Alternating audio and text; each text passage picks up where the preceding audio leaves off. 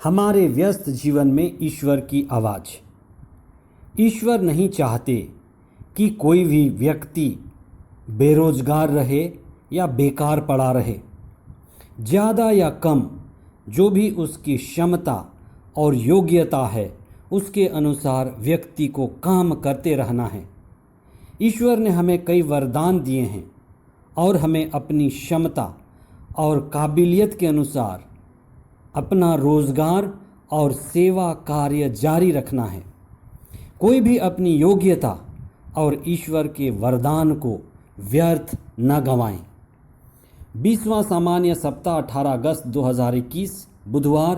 पहला पाठ न्यायकर्ताओं का ग्रंथ अध्याय 9 पद संख्याएं 6 से 15 तक और संत मती का सुसमाचार अध्याय 20 पद संख्याएं 1 से 16 तक। धर्म की गहराई की शिक्षा दृष्टांतों में ही दी जा सकती है। दृष्टांत यानी कहानी जो दृष्टि के आगे जाती है, जो सत्य को निरूपित करती है।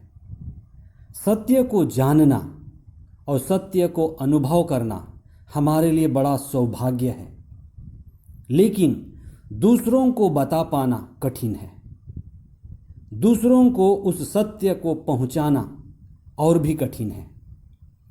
ईसा ने सत्य को बांटने के लिए दृष्टांतों का प्रयोग किया और ईश्वर की दयालुता, ईश्वर के आश्चर्य भरे कार्य और ईश्वर के अद्भुत व्यवहार को आज के दृष्टांतों में निरूपित किया है।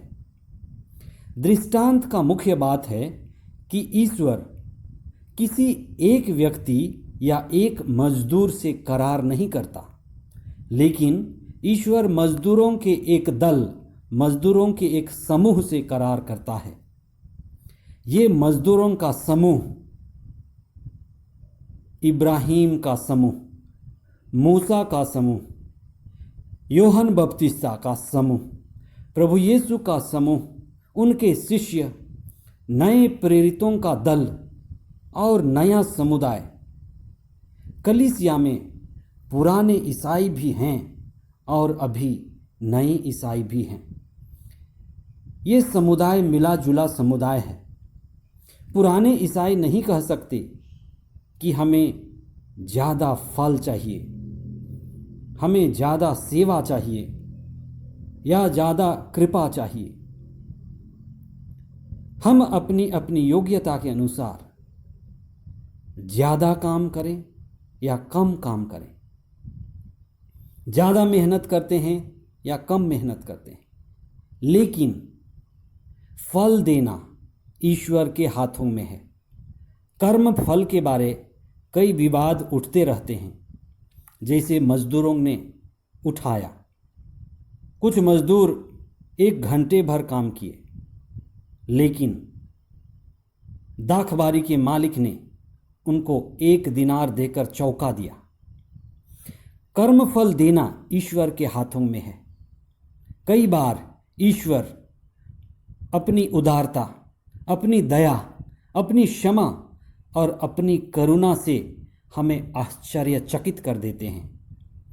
सुसमाचार के मुख्य अंश, स्वर्ग का राज्य उस भूमिधर के सदृश है जो अपनी दाखबारी में मजदूरों को लगाने के लिए बहुत सवेरे घर से निकला। उसने मजदूरों के साथ 1 दिनार का रोजाना तय किया। वह पहले पहर कुछ लोगों को बेकार खड़ा देखा और कहा, तुम लोग भी मेरी दाखबारी में जाओ। दूसरे व तीसरे पहर भी उसने वैसा ही किया।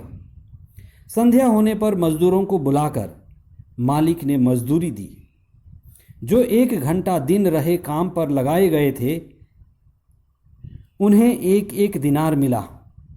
जब पहले मजदूर जो दिन भर काम किए थे आए, तो वे समझ रहे थे कि उन्हें अधिक मिलेगा, लेकिन उन्हें भी 1-1 दिनार ही मिला।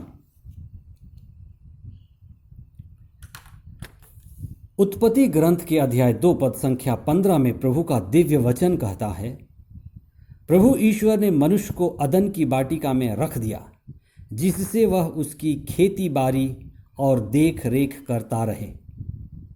ईश्वर चाहता है कि मनुष्य संपूर्ण सृष्टि की देखभाल करे, अपने कार्य के द्वारा सेवा करे।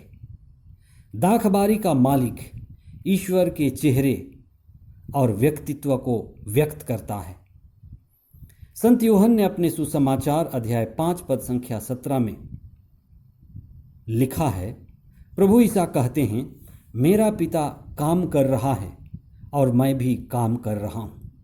ईश्वर हर वक्त काम करता रहता है और हमारे कार्य करने की कला और शैली हम उसी को समर्पित करें। ईश्वर नहीं चाहता कि कोई भी व्यक्ति बेरोजगार रहे या बेकार पड़ा रहे। संत पौलुस ने कड़े शब्दों में अपने समय के लोगों को फटकारा था कि जो काम नहीं करता उसे भोजन ना दिया जाए। ज़्यादा या कम जो भी उसकी क्षमता और योग्यता है वे उसके अनुसार काम करें। ईश्वर ने हमें कई वरदान दिए हैं और हमें अपनी क्षमता और काबिलियत के अनुसार रोजगार और सेवा कार्य करते रहने को कहा है। इसलिए कोई भी अपनी योग्यता को और ईश्वर के द्वारा दिए गए वरदान को व्यर्थ न गंवाएं।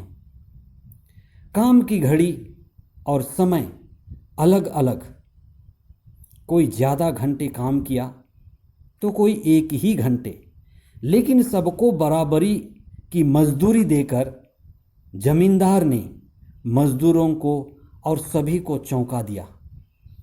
ईश्वर ऐसा ही हमें चौंकाता है। ईश्वर चाहते हैं कि हम अपनी अपनी योग्यता और क्षमता के अनुसार उसके राज्य के कार्य के लिए योगदान दें। कलीसिया का कार्य ही ईश्वर का कार्य है। जहाँ भी अच्छे कार्य हो रहे हैं वहाँ आप योगदान दें। आप कलीसिया के कार्यों से जुड़ें।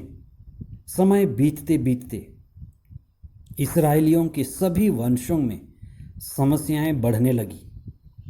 कोई भी वंश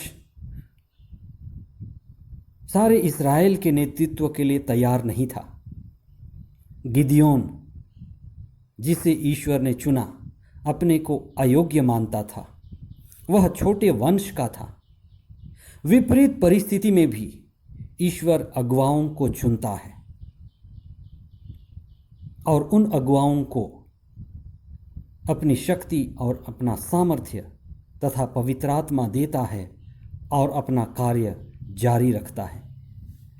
आइए हम विशेष प्रार्थना करें। हे प्रभु, हमें तेरी सेवा और अपनी जिम्मेदारी के प्रति सजग बना दीजिए। हमें जीवन में कठिन मेहनत करना सिखाइए। हम अपना समय सार्थक चीज़ों में लगाएं और आपकी कृपा हम पर सदा बनी रहे। ये प्रार्थना हम करते हैं हमारे प्रभु ख्रिस्त के द्वारा। आमीन।